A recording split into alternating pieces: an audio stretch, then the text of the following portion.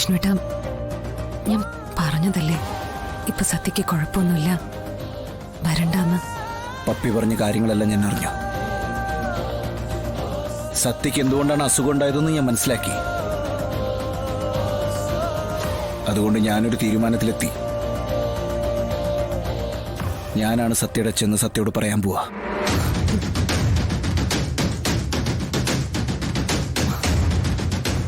വിഷ്ണുട്ടാ, പക്ഷെ ഇതൊന്നും സത്യമ്മ വിശ്വസിക്കില്ല. എനിക്ക് വിശ്വാസമാണ്, എനിക്ക് തന്നെ വിശ്വാസമാണ്. ആ ഒരു ഉറപ്പിന്റെ പുറത്താ ഞാനിപ്പോ സത്യയുടെ അച്ഛനാണെന്ന് ഞാൻ അവളോട് പറയാൻ പോകുന്നേ. അവളെ വിളിക്ക്. വിഷ്ണുട്ടാ, പക്ഷെ സത്യമ്മ വിശ്വസിക്കുന്നില്ല. പിന്നെ അത് എന്നെ ബാധിക്കുന്നതല്ല. എനിക്കിപ്പോ സത്യമാണ് മുഖ്യം.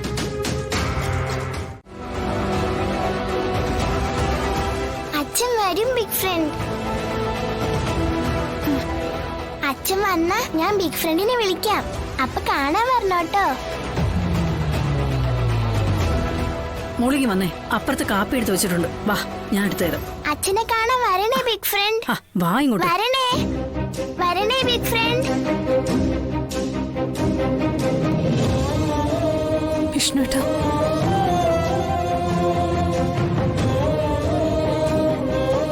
ശാലിനി എന്താ ഇത്?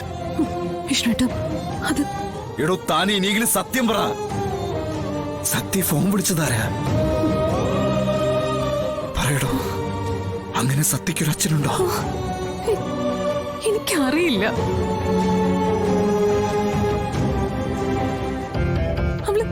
അവള് വെറുതെ ഓരോന്നും.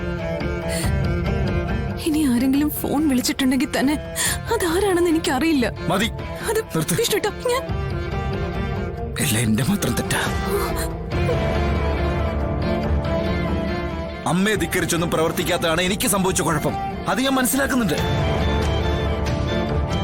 പക്ഷെ ഇങ്ങനെയൊന്നും സഹിച്ചു മുന്നോട്ട് പോകാൻ എനിക്കാവില്ല. ഞാനൊരു തീരുമാനത്തിലെത്തുക. അതിൽ താൻ എന്റെ ഒപ്പം നിൽക്കണം. വിഷ്ണുട്ടാ, എന്താ ഉദ്ദേശിക്കുന്നത്? പഴയതുപോലെ ഒരു വീട് വാടകയ്ക്കെടുത്ത് നമുക്ക്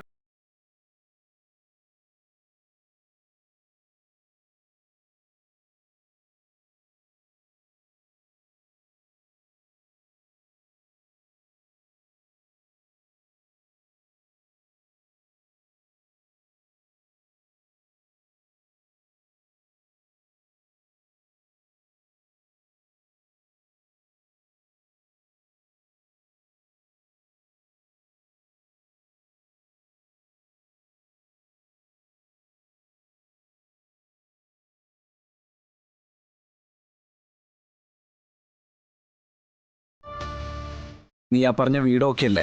അതെ ആശാനെ, ഞാനും ഓക്കെയാ. നാളെ തന്നെ വാടക ചീട്ട് എഴുതണം, അഡ്വാൻസ് കൊടുക്കണം കേട്ടോ. ആ ശരി ആശാനെ.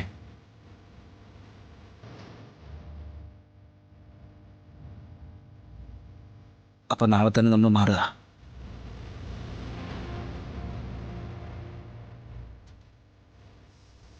ഇനി നമ്മളിങ്ങനെ അകന്നു നിന്നാ നമ്മുടെ ജീവിതം നമ്മളിൽ നിന്ന് അകന്നു പോവും.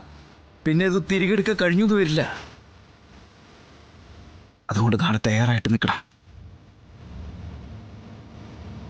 ഞാൻ വരും. ഇനി ഇക്കാര്യത്തിൽ മാറ്റമില്ല. നാളെ നീ ഒരു വാടക ചീട്ടും എഴുതില്ല, വാടകയ്ക്ക് താമസിക്കാനും പോകുന്നില്ല. അങ്ങനെ പോകുന്നത് ശാലിനിക്ക് വേണമെങ്കിൽ സ്വപ്നം കാണാം. പക്ഷേ അത് യാഥാർത്ഥ്യമാക്കാൻ സമ്മതിക്കില്ല ഞാൻ. നീ കണ്ടോ?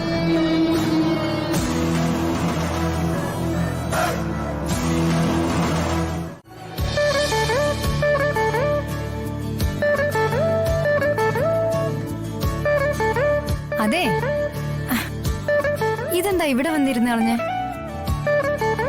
സാധാരണ റൂമിൽ വന്നിട്ടാണല്ലോ ബാഗ് തുറക്കുന്നേ, അതും 100 തവണ പറഞ്ഞിട്ട്. ടീച്ചർ ഹോംവർക്കായിട്ട് ചിലതൊക്കെ എഴുതാൻ തന്നിട്ടുണ്ട്. അതൊക്കെ ഒന്ന് നോക്കിയതാ. നോക്കുന്നതേ ഉള്ളോ? എഴുത്തൊന്നുമില്ലേ? അതിനൊക്കെ സമയം ഇനിയുണ്ട് സത്യമ്മേ. ഓരോന്നിനും ഓരോ സമയമുണ്ട്. ഗെയിം കളിക്കാൻ, പഠിക്കാൻ. ഞങ്ങളൊക്കെ പഠിച്ചിരുന്നപ്പോഴേ ഇങ്ങനെ സമയക്രമം ഒന്നുമില്ലായിരുന്നു. പഠിത്തം മാത്രം, ഒരു ഗെയിം കളിയില്ല. അതിനൊന്ന് ഗെയിം കളിക്കാൻ മൊബൈൽ ഉണ്ടായിരുന്നു.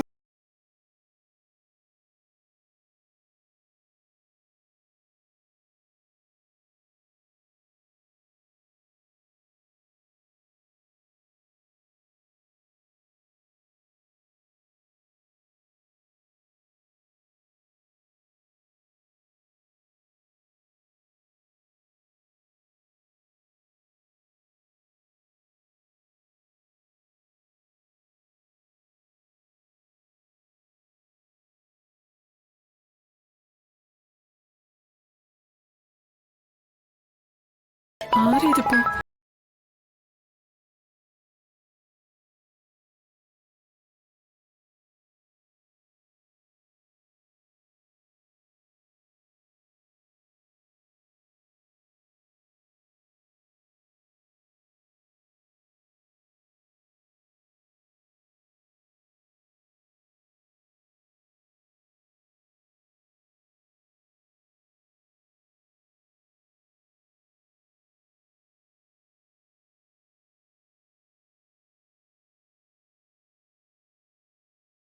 എന്തെങ്കിലും ഉണ്ടെങ്കിൽ മുഖത്ത് നോക്കി പറയണം. ആ അതിപ്പോ ഫോണിലൂടെ മുഖത്ത് നോക്കി പറയാൻ പറ്റില്ലല്ലോ.